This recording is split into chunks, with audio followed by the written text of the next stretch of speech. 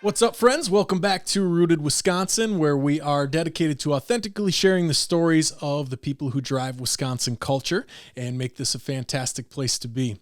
We had an excellent first year. Today kicks off our second year of Rooted Wisconsin, and we're going to start the episode off the same way we do every time by thanking you. Thank you for your likes, your shares, your subscribes, engaging with our content however you do. We make it for you. We appreciate you, and I can't wait to see what's in store for year 2 of Rooted Wisconsin, and we're going to kick it off with a bang today. So thank you for engaging. Quick shout out to our sponsors at Riverside Pizzeria.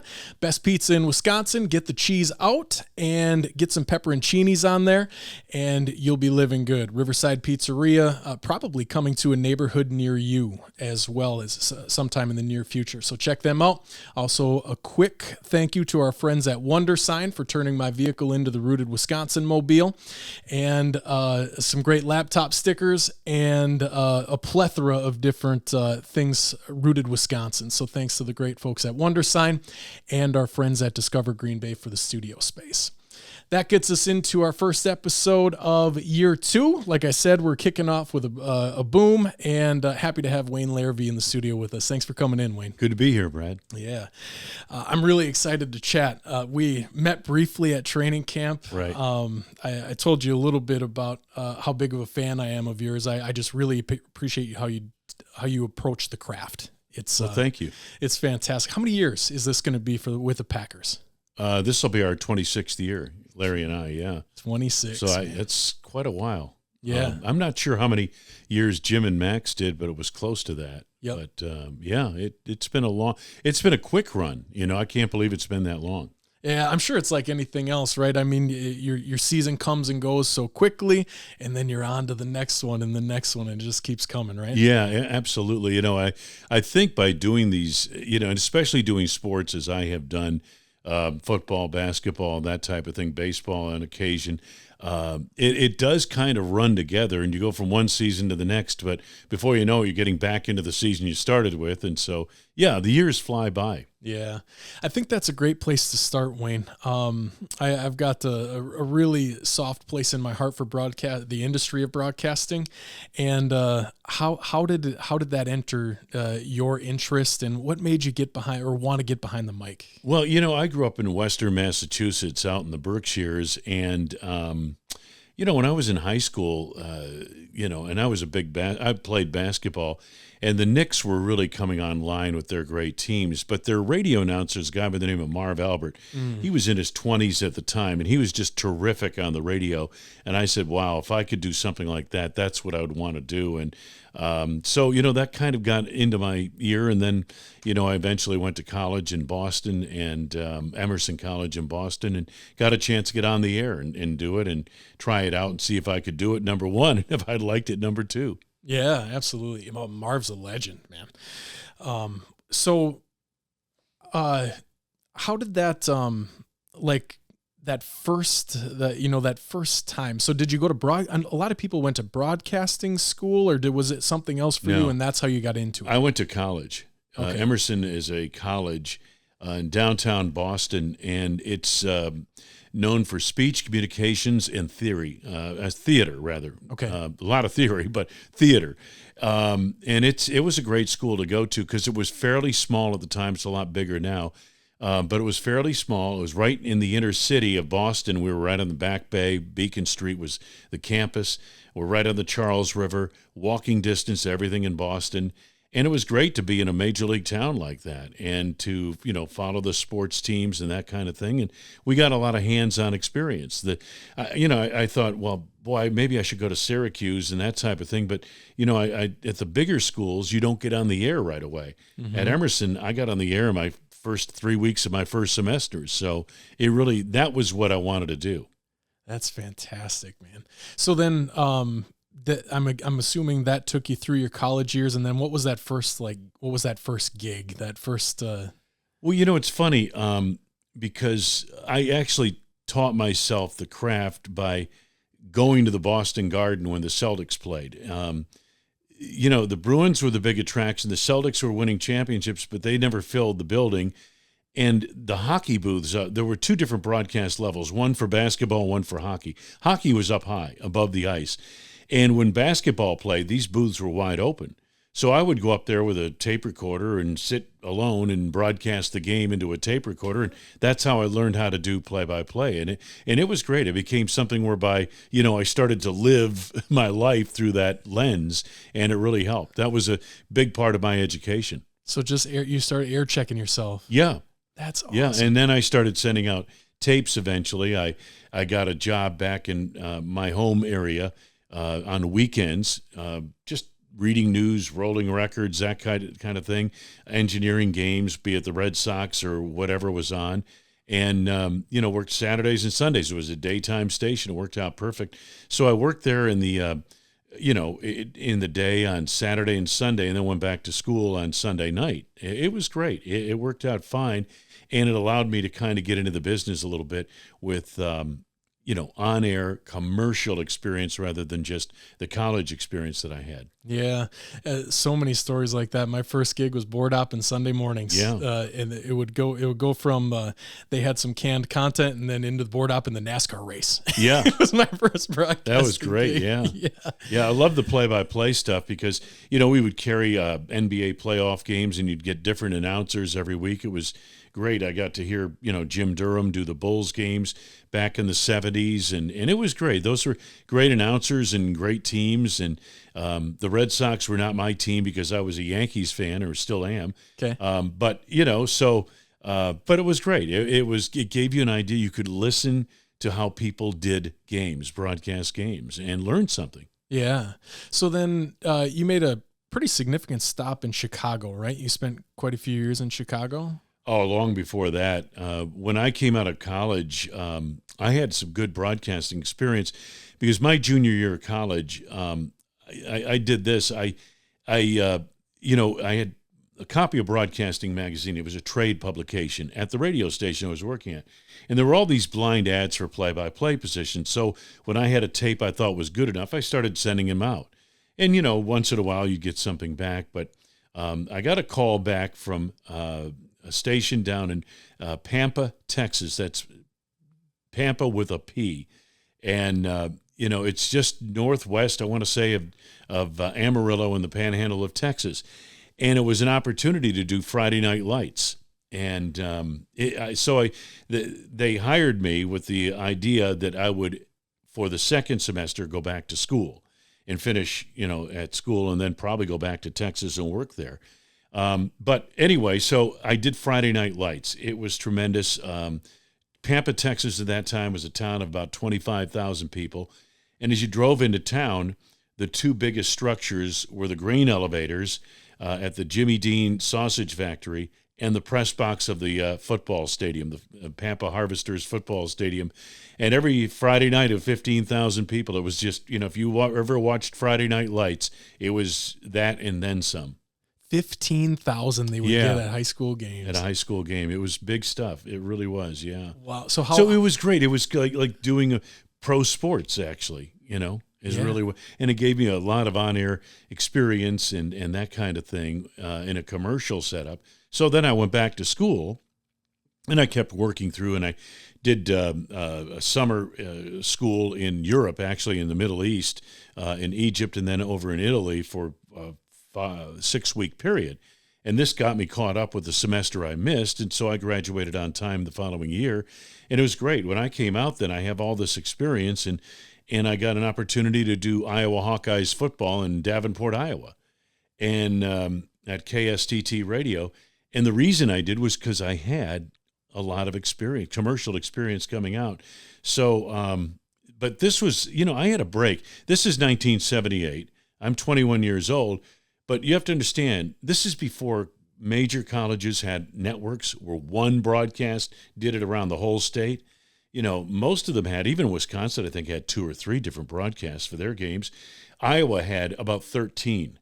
Wow. They had about 13 different broadcasts. I was in Davenport. There was another one in Iowa City, one in Cedar Rapids, one in Des Moines, one in Marshalltown. It was like 13 of them. And they had a big press box and everything, and we all had our own spot.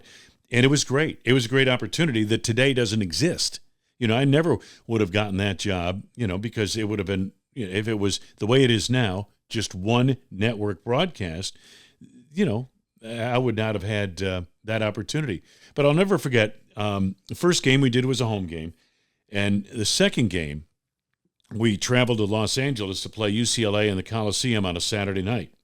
Well, the Coliseum didn't have 13 visiting radio booths. So most of us were up on the roof of the press box, and you could reach up and actually touch the lights almost, and a long way from the action. And trying to call that game at night was just brutal, but it was quite an experience. That's fantastic. And talk about, that time, how long was that in Iowa? Like how many years were you there? I was there 1 year. 1 year. Okay. So, but talk about a fervent fan base, like devoted fans. Was it the same at that time? No, Iowa was not the winning program it is today. Okay. Hayden Fry changed everything in Iowa. Iowa was kind of a stumbling, losing program at that time. They had some pretty good teams. But not great, and there were no consistent bowl type teams or anything like that. The year I was there was kind of significant for a couple of reasons. One was that they renewed for the first time in years the Iowa State rivalry, and Iowa State was heavily favored coming into Kinnick Stadium, and it was just a great ball game. The coach's son was the quarterback of Iowa, and it was, back and forth a little game that just was terrific. And Iowa ended up winning it. But, the rest of the season was kind of up and down. And then, but that experience was great for me because I was working in, kind of a semi-medium market, Davenport. And I was doing some good things like Iowa football. And I did a little high school basketball and did some minor league baseball. So I'm there for about 6 months or so, and the football season's over. And I see this ad in, again, the trade publication, Broadcasting Magazine, and it's for Kansas City Chiefs football. Mm-hmm. They said a minimum requirement was major college football play-by-play experience. Well, I said, I got that. So I sent down a tape, the best I had. And a couple of weeks later, I got a form letter back, it looked like a form letter, and it said, thanks, but no thanks, and that type of thing. So I didn't think anything of it. 2 months later, the same ad is in broadcasting. So I had the form letter, I had the name of the guy, Tom Barsani, who was conducting the search. He was the program director. So I had his phone number. I called him up. I said, would you mind if I reapply? And he just said, well, yeah, I guess you can. And so I sent him the same tape because it's the best I had. And I got a call back a couple of weeks later. Can you send some more and some more? So I assumed they took a look at my resume and said, well, this kid's 22 years old. We're not going to hire him to do the Kansas City Chiefs. Well, the second time I applied, Tom apparently listened to the tape and said, well, let's find out a little bit more here. And then they did. And this was like a 3-4 month process. And in the end, it came down to the radio station having to convince the Chiefs to hire somebody basically out of college, 1 year of experience. And, that took a while, but they sold it on the premise of this guy, instead of being like these guys would come in from the West Coast or wherever and do the game on Sunday and leave, this guy will be in town. He'll be at functions and all this other stuff. He'll be on the air, that kind of thing. And the Chiefs finally bought it, and I got hired. And that was the break of a lifetime. Yeah. I never would have guessed that even at that time, the team had that much pull of who the station would hire. Oh, yeah. That's it. Absolutely. In most cases, it's like that. And, this team has to kind of sign off on that. Sure. Interesting. Okay, so then how long in Kansas City? I was there 7 years. Okay. Yeah, it was a great experience. A lot of tremendously successful people that I worked with, not the least of which is a guy who went on to become the face of conservative talk radio, Rush Limbaugh. He was a sales associate with the Kansas City Royals when I was there, and Rush and I used to sit in the press box and complain about the Royals PR guy, who was kind of a, he was, at the time, he was not a very well-liked guy, let me put it that way. But, and we used to play, and then there were so many people, the Big Eight, this is when the Big Eight was the Big Eight. Chuck Ninus was the commissioner. Bill Hancock was one of their information guys. He later went on to run the college football playoff. Steve Hatchell, who runs the College Football Hall of Fame now, was also on that staff. Rick Goslin, NFL Hall of Fame writer, NFL columnist for the Dallas Morning News for years and years, was there. John Rooney, the voice of the St. Louis Cardinals. All of us were there at the same time. And we used to, Denny Matthews, who became a Hall of Fame baseball broadcaster with the Royals and still working there. Kevin Harlan was a guy we hired out of Kansas to do our pregame show on KCMO. We did the first 2-hour pregame show in NFL radio, and he was the guy who headed it up. He was finishing up his KU career. I think he was a senior at the time, and he came on and kind of engineered that, set up all the interviews, and really did an incredible job with that.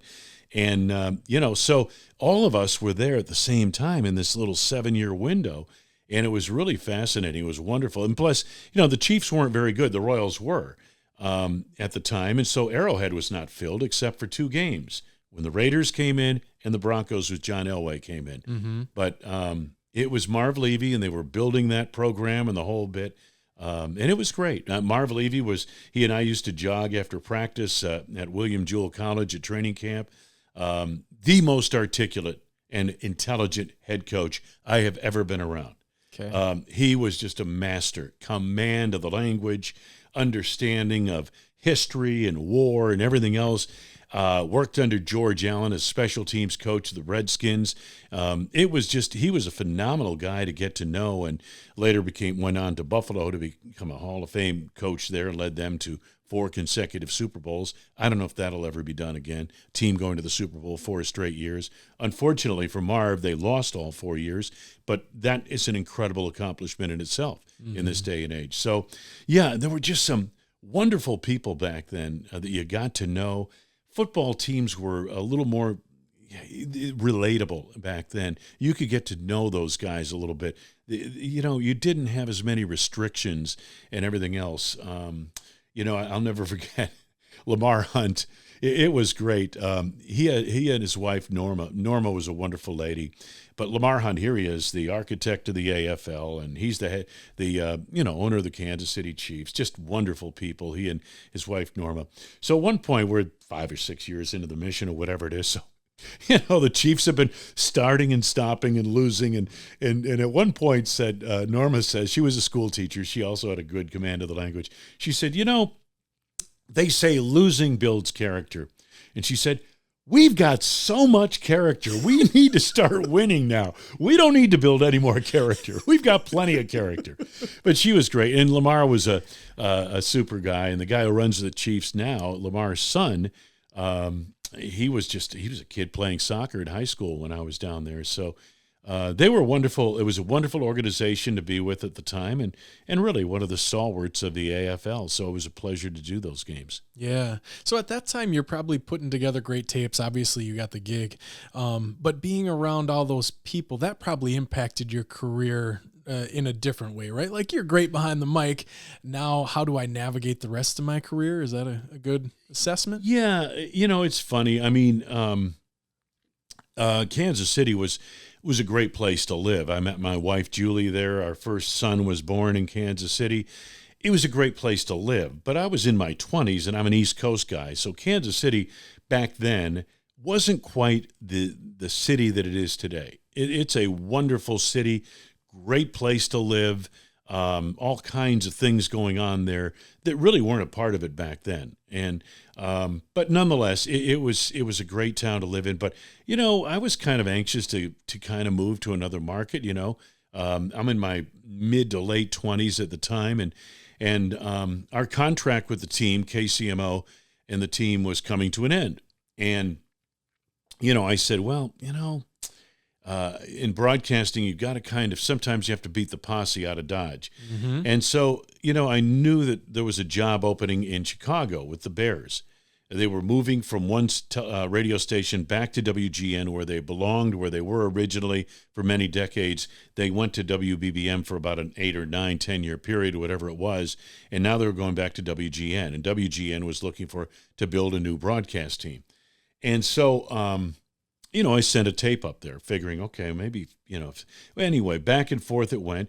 The station in Kansas City is negotiating with the team, and I'm, getting into the mix for this job in Chicago. And by the time the station came to terms with the Chiefs on another contract, I was really 3/4 of the way to Chicago by then, and I'd gotten the Bears job, and it was a wonderful opportunity that I just had to go. Mm-hmm. And that was what, early 30s then, if I'm doing the math right, somewhere? Oh, I was probably 29 or something like Okay. that, when I got to Chicago, 28, 29. And Was that that was 1985. Was that an anomaly at that time? Were there a lot of younger play-by-play, or were you kind of? I don't know about that. No, I just think, no, I was almost 30, like I said, by then. So I was, I wasn't considered young anymore. Sure. Okay. So then you make the jump to Chicago and start with the Bears. And then you did some other sports in Chicago too. Yeah. Right? Yeah. Chicago was the best 14 years of my career, Yeah. period, bar none. I got to Chicago in June of 1985.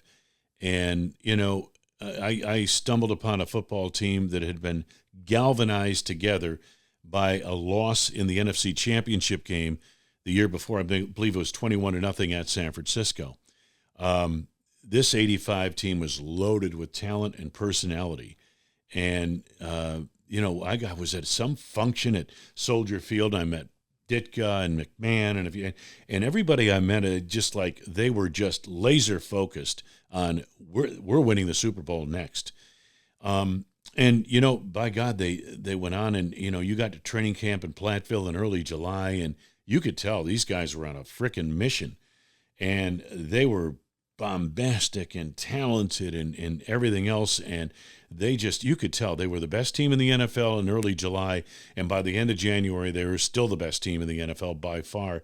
And it was an incredible season to be a part of that, especially in Chicago, where they hadn't won a championship, an NFL championship, since 1963. So this was really special. And, the only regret I have is I wish I had been there earlier to really go through the building up process that had to go into it to build this team. But it was a phenomenal experience. It really was.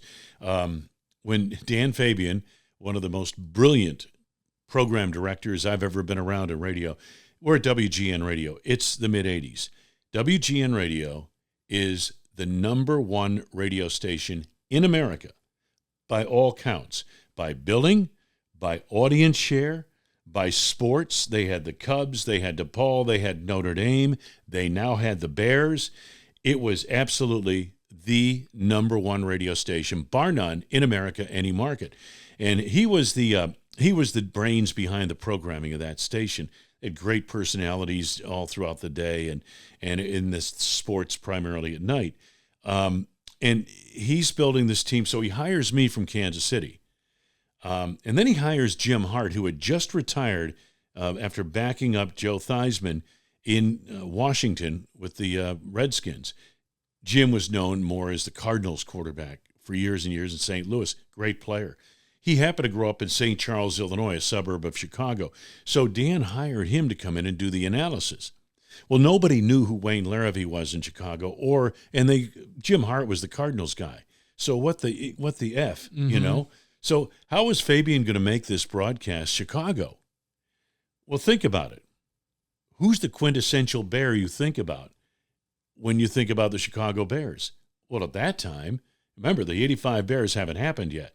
At that time, you're thinking Dick Butkus. Mm-hmm. And so he called out to Dick Butkus in Malibu, California. He's an actor, or was an actor, and he's doing, movies and things like that. And so Dan said, now, Dick, here's the thing. We want you to just come in for the games. You don't have to go to practices or meetings or anything like that. We just want you to kind of be a fan surrogate. Just when the Bears do well, we want you to, cheer. When they do bad, growl, that type of thing. And Butkus said, well, he's an actor. He said, well, yeah, I can do that. So he came in every week, and he was the fan surrogate in the booth. Now he was much more than that. He had obviously knowledge of the game and everything else. He understood everything. He was close with Ditka, and so he offered a lot of insight. But he did fill that role of man, you knew on the radio without even hearing the play, if there was a growl, then you knew the Bears had messed up. But if they had scored, yeah, that type of thing, you knew something good was happening on the radio. Might not have been able to hear the call, but it was good for the Bears. Mm-hmm. Yeah, great foresight too by the PD you're talking about to know that you needed that connecting point. Yeah, because we had no ramp up period to this, and instantly with Butkus on the air, we were Chicago immediately. Yeah, immediately a brilliant stroke.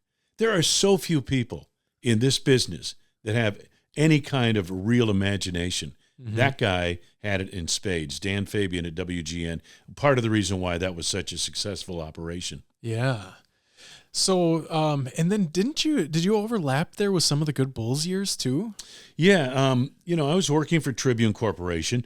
WGN was the flagship radio station, but they were doing a lot of other things. They had WGN TV, the superstation. So they're doing DePaul, they're doing Notre Dame and some other sports. And later they got the Bulls. And so the Bulls had just won the championship. It's like 1991, I want to say. And they kind of had a breakup with their announcer, Jim Durham. And he leaves. And so, that WGN said, well, we'd like to hire Wayne Larrivee to do our games. And we did about 30 games or something like that on the superstation across the country. And so they hired me to do that. And the cable, which was Sports Channel at the time, hired another announcer. And so off we went. We did the Bulls. I did the Bulls for 18 years on WGN. And we increased our inventory, I think, up to 35 games or something at one time. But it was a great experience to be around those Bulls teams, those Michael Jordan Bulls teams. After the Bears had kind of cooled off, now the Bulls were ramping up, and it was great. And I had an opportunity also to jump into a lot of Big Ten football and basketball, which I just loved. The football and the basketball on the college level was really where it was at for me. And so it was a lot of fun. Those were busy years in my life. And then later on in the mid-'90s, Harry Carey was starting to fade a little bit. He was, having some health issues and that type of thing. So they brought me in to fill in either for him or with him. As a matter of fact, I did a season with him and Steve Stone together. And I would take a couple of innings when Harry went to radio. So it was great to do all of those things at one time. A very busy time, but a very good time. Yeah, that's unbelievable. So before we get to the jump to Green Bay, I just want to get inside the mind of what's it like for a play-by-play announcer to jump sports? Is that difficult? Or is it just like riding a bike every time? It's not really if you're prepared for it, but like every year, and this is especially true on radio more so than television, and I do both basketball and radio and television, but I always say basketball, that sport requires you to get up to speed, and by speed I mean describing the action that's happening a lot quicker. Mm-hmm. Football games, baseball games, they're a little more deliberate. There's a ramp up in that type of basketball, back and forth, very quick. And that's what I find early on. My first radio broadcast of a season on basketball is not very good, in my opinion, because it's just, you're trying to keep up with something that's going a lot faster than the football you've been doing all year. Mm-hmm. Yeah. A person I hired at one time. So my last stop was a program director, and I hired a guy who's a great basketball play-by-play. Does it for his town. I always told him he could grow to wherever he wanted to if he kept on it, but he's content with what he did, and he ended up on a different career path. But he always amazed me with calling basketball. I have very limited play-by-play experience. I was always on the other side of radio a little bit. And, but the calling basketball specifically, hearing you say that, I think about him immediately because it is so much different. If we needed someone at any time, I could hop in the booth and call football. I could do it. But basketball to me always seemed really intimidating. Well, in basketball is interesting. If you're doing it on radio, television, a wholly different thing. And I did most of my basketball work has been on television. But the thing that you have to do when you're describing a basketball game on radio, you have to edit on the fly. You can't describe every bounce of the ball. If you were good enough to do that, you would confuse the listener out in the car. You have to understand there's only so much someone can take in who can't also see it. And so, basketball, it's really interesting how it's covered. In the NBA, it's not what it used to be anymore. It used to be, I think radio was a little more prevalent. Today, it's kind of an afterthought. And even the way it's described on the radio is kind of an afterthought. But the athletes in an NBA game are going so fast that if you're doing radio, you can't call every bounce of the ball. So all of a sudden, it's Giannis down the lane for a jam. You know what I mean? That's about it. Mm-hmm. How did the ball get there? Well, it happened real fast. And if I told you all that, you'd be confused. Yeah. And by the way, I wouldn't have gotten to the slam at the end of that. So, it's a unique thing. It's hard to do. Even hockey has a little more deliberate. Now, there's a bang-bang score at the puck and into the net. There's bang-bang there. But, a lot of it the play evolves. Football, the play evolves. Baseball, very deliberate, pitch to pitch. Basketball, it's just up and down the floor. It really is. Okay. Yeah. So what then prompts the Green Bay's after Chicago, right? Yeah. Okay. What prompted that move and how did that happen? Well, when I was a kid growing up in Massachusetts, it was, our football was, and NFL was the Giants on CBS, and then usually followed by the Packers, the second game of the doubleheader, playing somebody out west. And so I became a Green Bay Packers fan for a couple of reasons. Number one, they started winning then, and I was 6, 7 years old. And number two, I liked the colors. Green and gold was great, and I thought the helmet with the G on it, the side of it, I thought that was brilliant. That was awesome. And so I became a Packers fan and followed those Lombardi teams and into my teens and everything. And, I always say as a sports fan, you pick a team probably when you're 7 or 8 or 9 years old. And usually if you're a good fan, you stay with them through the rest of your life. Mm-hmm. They're your team. And that's the way it was for me. So the Packers are always my team. And I always said to myself, if I ever got a chance to broadcast the Packers, that would be the thing I'd want to do more than anything else in my career. And so, Jim Irwin, he became more kind of a friend of mine in that I would see him when he came through Kansas City on NBA games, and I started seeing him around the NFL, when I was in Chicago twice a year with Green Bay. And so I got to know Jim pretty well. And he said, I'm going to retire, and Max is going too, and, would you be interested? And so, yeah, I said, yeah, I would be. And so, it was a very quiet 1998 was when this whole thing started getting put into place. It was very quiet because I had a job and I wasn't, looking to leave necessarily. But the Packers job, yeah, if that came about and I could continue to do some of the other things I was doing in Chicago, basically just change my football affiliation, I thought that'd be okay. Who cares where the play-by-play goes? Fortunately, we weren't in the middle of social media the way we are today. We barely had cell phones back in 98 and 99. And, your sports talk radio is basically on the weekends, you know what I mean? Yeah. So it was great. I was able to do that. And I was able to, I negotiated with a guy by the name of John Schweitzer, who became who was the station manager at WTMJ at the time. They had the rights. And, they were looking to put together a new team. They were going to use Larry McCarron as the analyst. He was already in the booth. And then they wanted a play-by-play guy. And so we talked back and forth. We had several meetings. And I remember he asked me at one point, he said, well, you're doing the Bears and you're doing the Bulls. You're doing some Cubs games in the Big Ten. So why would you want to do the Packers? And I had to kind of explain to him exactly what I just said to you, that this was kind of like, gosh, if I ever got a chance to do this, that's what I'd like to do. So one thing led to another. They're in a long process, and finally, we settled on it. And, I didn't realize there would be as much pushback from Chicago, from the team, from the station, from the fans, that kind of thing. There was a lot of pushback. And it was funny for a while. I'm the guy who, first off, Bears fans are teed off that I'm leaving. Yeah. Second, which is a tribute, I guess. Secondly, Packers fans are saying, I can't believe we hired the Bears guy. So I'm kind of in the middle of that. But thank God we didn't have social media the way we have it today, because I don't think WTMJ could have ever made that hire. Yeah, from public pushback. Yeah. What was it like calling Bears games all those years being a Packer fan? Well, it was fine. I mean, you're a professional. You call the games, the teams. You're talking to a certain fan base, and that was it. So but yeah, I always kept hoping the Packers would do well, and that type of thing. Back in those days, they didn't do very well, but nonetheless, there were some exciting games. The instant replay game, and all those. There were several really good games between the Packers and Bears because of the rivalry itself, but.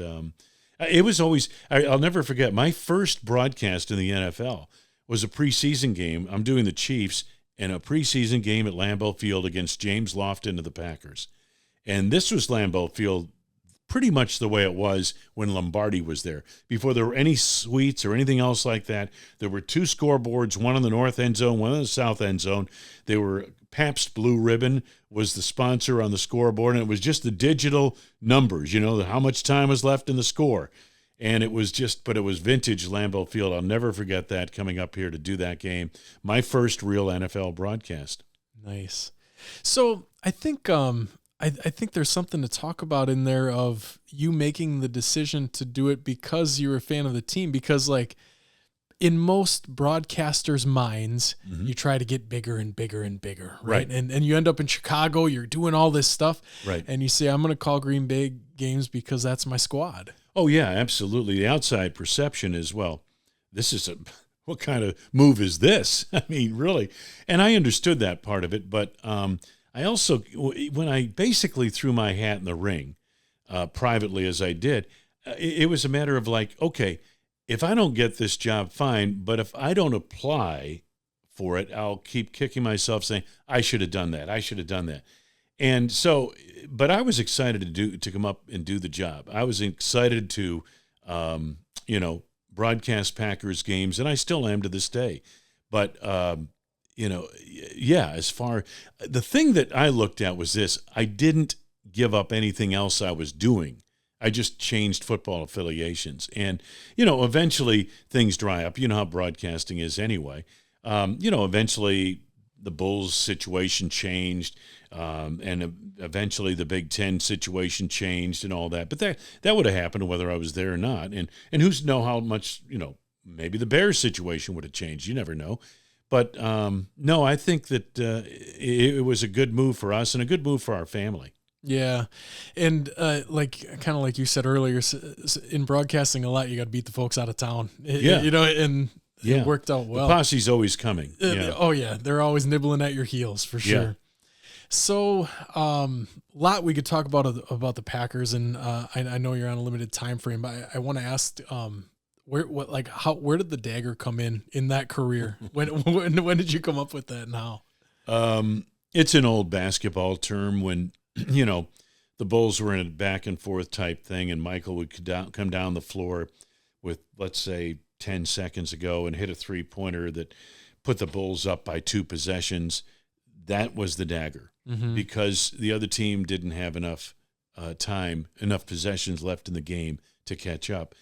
And so, I'd come off a Bulls game. I used to do Bulls games on Saturday nights and then drive up to Green Bay the next day to do the Packers. Well, it's a game in, I want to say 2000, 2001, something like that. And it's, the Baltimore Ravens, who were the defending Super Bowl champs, and the Packers at Lambeau Field. And it's Brett Favre, and they're going back and forth, and the Packers lead by 2 scores. And finally, in the fourth quarter, he hits Bubba Franks in the south end zone that puts the Packers up by 3 scores. And the Ravens, who've struggled offensively, were not going to catch up. And I said, and there is your dagger. And that's where it started. And I didn't think much of it, and following week when I didn't use the dagger, people started asking, well, what was the dagger play? That kind of thing. And it kind of took off from there. Awesome. So you didn't even reflect on it really in the moment, but you had some requests from listeners. Yeah. People were saying, where was the dagger? So, and they even do it to this day because there's some games where you don't have a dagger. Yeah. It's just not. Yep. But they always want one. So, sometimes I feel bad. Sometimes manufacturing it, I'd rather not. But people seem to want it as the conclusion of the game, For sure. And something that takes a life of its own like that, it probably at times fans are sometimes you probably get like the dagger in a restaurant or something. Yeah, You're like, exactly. let it die for a little bit here. Exactly, yeah. It is, yeah. It's a blessing and a curse. Yeah, for sure. It's like someone like an artist having a hit song, Yeah. they get tired of playing it in 20 years, but it's your song, Yeah.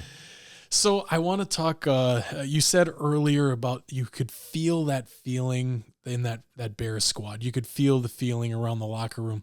Let's wrap up with that today. What's your feeling you get from the Packers as we head into another season? Well, it's funny. They're a real good football team, and they have a lot of competition in this camp, which should lead to a lot of depth at different positions. And the NFL, a lot of it's dependent on injuries, whether you have injuries or don't.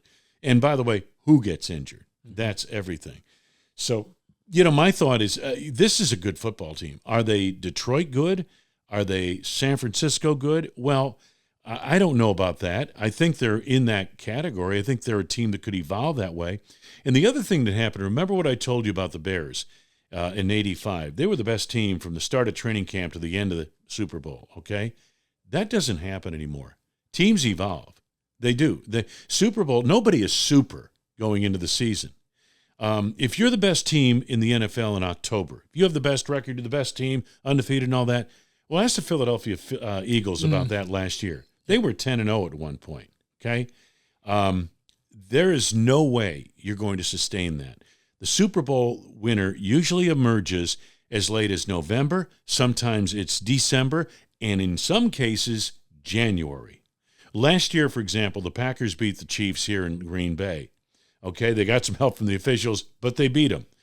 The Las Vegas Raiders beat the Chiefs in Arrowhead on Christmas Day. Do you think after that Christmas Day game, the Chiefs are thinking we're Super Bowl bound? No effing way. Yeah. But they somehow caught that magic down the stretch as they got toward the playoffs. And something happened and something flipped. When the Packers won the Super Bowl in 2010, they weren't super, guys, until the divisional playoff game on that Saturday night in Atlanta, when right before halftime, Tramon Williams intercepted Matt Ryan and returned it for a touchdown for a 28-14 lead. That's at that point, that team became super. But not until then. Mm-hmm. Think about that. Yeah. So, it's amazing. Everybody's different. All these Super Bowl teams are different. And I was just talking with Matt Orzik, the deep snapper for the Packers, long snapper. And I said, Matt, you were part of that Rams team that won the Super Bowl under Sean McVay. He said, yeah. I said, when did you think this thing, because you guys got hammered here in Green Bay that year by the Packers. And he said it just kind of happened down the stretch. And, there's no telling when it's going to happen or if it will happen. And that's the hardest thing for football people to understand. I said to Matt, there's something mystical about this Super Bowl thing because your playoff series are not best of 7. It's best of 1. And a bad bounce, a bad day, and you're gone. Ask the 2011 Packers, who were 15-1, playing with home field advantage forever against the New York Giants in Lambeau Field. You know what I mean? The year before, they didn't even belong in the playoffs. They barely get in. They're playing all their games on the road, and they sweep. Mm-hmm. You go tell me. Figure that out. Figure the logic in that. So there's something mystical about it. The football people think they can all control it. The players think they can control it with their – no, there's something mystical about this. Yeah. You either have the gold dust or you don't. And what Kansas City did last year was pretty impressive. They won it with their defense. They had Patrick Mahomes, so when it got down to nut-cutting time in the Super Bowl, they needed one drive, and Patrick Mahomes got it done. But that offense struggled against the Niners, and, but there it was. And you just don't know when a team is going to be super. And it's an evolution. It's not like it used to be in the 70s and 80s and even the 90s to an extent. It's much different than that. Yeah, I think that's what makes the any given Sunday adage so Absolutely. poignant, because it's so true, man. And I mean, the same thing, I think that's what draws a lot of people to NFL football in general, is the Yeah. parody and the any given Sunday. And for me, it's the same with golf. That's why golf is so intriguing, because top of the mountain, like look at like whatever, David Duval. Look at David Duval, like top of the mountain and then falls off a cliff, Yeah. right?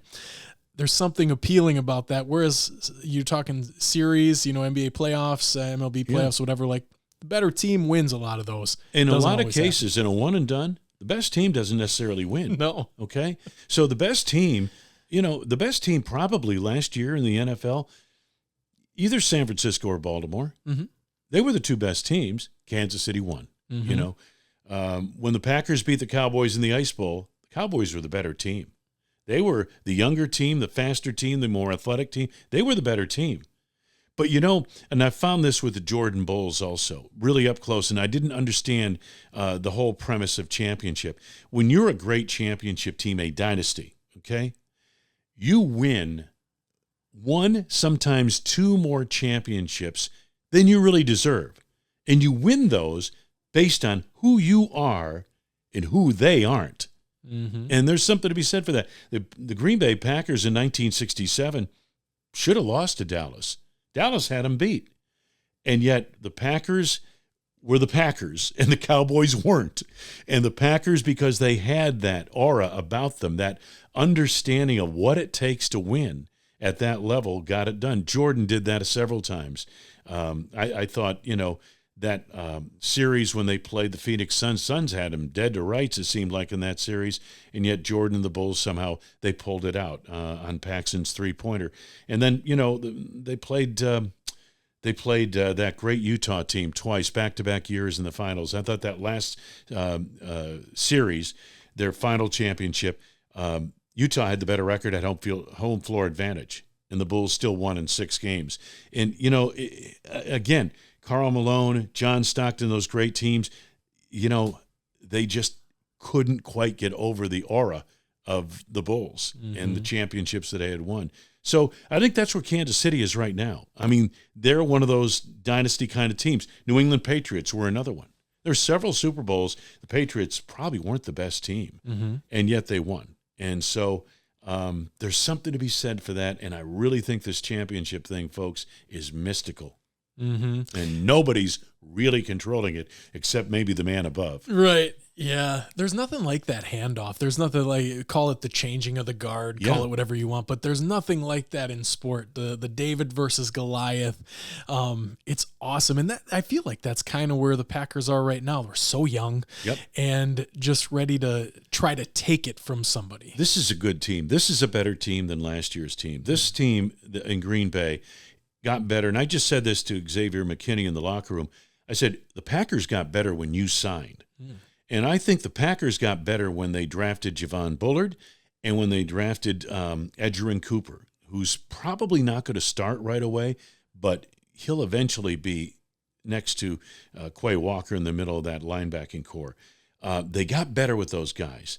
And I honestly think the offense got better last year because they learned so much. They persevered through good and bad. And that's the beauty of last year.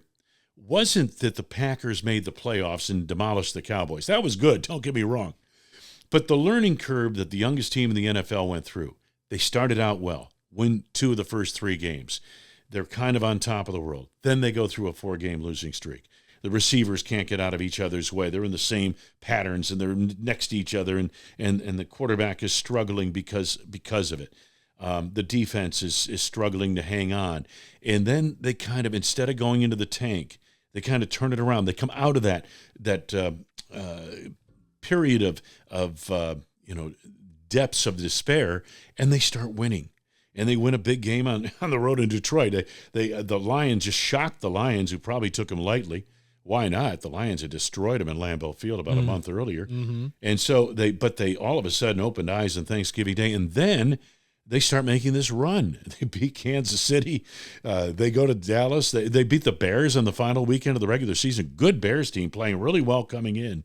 and the Packers beat them in the same scenario they had the year before with Aaron Rodgers. Mm-hmm. And Aaron Rodgers in Detroit win the last game at home, and you're in the playoffs. Exactly the same scenario. Even the team that would benefit if they lose was the same team, Seattle. Seattle got into the playoffs when the Packers lost to Detroit 2 years ago.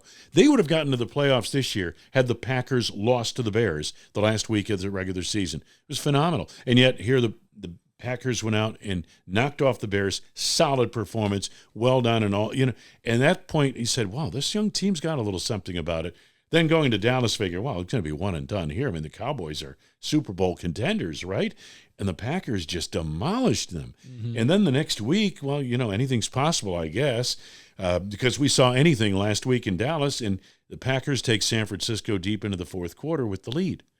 And so, that was the greatest learning curve you could ever design, because what you want with a young team, you want them to experience, a little success. You want them also to experience the depths of despair and loss. And then you want them to be able to come out on the other side of that and be successful. That's what you call a learning curve. That's what learning at an accelerated pace is all about. That's what they had last year. That's why there's a feeling and a maturity about this team, to me, that I sense that makes it, they're a little ahead of schedule. Because to be honest with you, probably if you wanted to be honest, look to the outside looking in, no horse in the race, you'd probably say, I think the Packers will be pretty good by 25. They're pretty good right now. And I think a lot of it is because of what they came through a year ago. Yeah. It's great to hear you put it like that. That's a microcosm of life. That's a lot like raising your kid. It really is. Let them, need to learn from mistakes. The thing with our kids, it's funny how, especially when they're young, we don't want them to be exposed to anything negative, But in fact, and I keep telling, we have a young grandson. I keep saying, I tell my son, Scott, just let John go. He's on the top of the world. He's living his best life ever. I said, there'll be plenty of time. He'll get knocked down. Mm. He really will. But I don't think we have to knock him down right now. Yeah. But that's, again, he's going to have to, because to come through life, there are ups and downs, and you have to be able to handle both. Mm-hmm. And handling success, as Mike McCarthy used to say, might be even more difficult than handling failure. Mm-hmm. It really is. How do you handle success and keep stacking success? Absolutely. How do you not get complacent, take your foot off the gas pedal, that kind of thing? And so I really think, this young team, it grew a lot last year, and they are, I think, mature beyond their years. And a lot will depend on injuries. And we talk about all these teams. Detroit's the odds-on favorite, in my opinion. San Francisco, depending on what happens with Brandon Ayuk, they're right there. Another one, they're the best team in the NFC, probably. They in Detroit. There are several others. Philadelphia retooled. But we're talking about all this is on paper, okay? Mm-hmm. On the 5th of September, with the NFL opener in Kansas City, I believe, and then in Sao Paulo, Brazil, when the Eagles and Packers play, when we start that season, now we're off paper. Now we're on the field, and now it's a whole different reality. But right now we can say, okay, who's the best team in the league? Well, so-and-so is. Mm-hmm. Yeah, on paper, I guess they are. Yeah. In 3 months, tell me who's playing for them. Tell me how many guys are on IR. Tell me how well those veterans who played so well winning the Super Bowl last year, how are they playing this year? You know what I mean? Because it changes. If you rely, the thing I've learned, this is horse racing. I'm a big fan of horse racing. This is what I always tell myself with horses. If you're relying on flesh and blood, the only thing you can count on is inconsistency. Inconsistency. Flesh and blood is inconsistency. Inconsistent, day to day, year to year. What you hope is your inconsistency isn't huge ups and downs, but, the great ones, it looks kind of parallel to us, but believe me, they have their ups and downs as well. Mm-hmm. Good days and bad days. But that's life. That's the human condition. Yeah, I think that's a great full circle way to kind of wrap up the show, because I think that puts into words my appreciation of your craft, is that extremely consistent, and you haven't become complacent. You can't in your role. I mean, everybody would know immediately, right? Yeah. Like how is it? And it seems, just from talking to you, I probably don't even know. It seems like you love what you do. Is that a good gauge? I really do. I really do. I like, even the preparation part of it, which is the hard part, but you've really got to put in the preparation. And, this weekend we're going to Cleveland. It'll be preseason game. It'll be tough. It'll be kind of a rough broadcast, shaking off the rust and all the 90 guys on each side. At this point in time, I'll look out on the practice field and say, who's 94? Because just so many guys. Oh, wait a minute. It's Carl Brooks, and that kind of thing. So there's a lot of that goes into it. But by the time we get to the regular season, we'll have shaken off the rust and we'll go from there.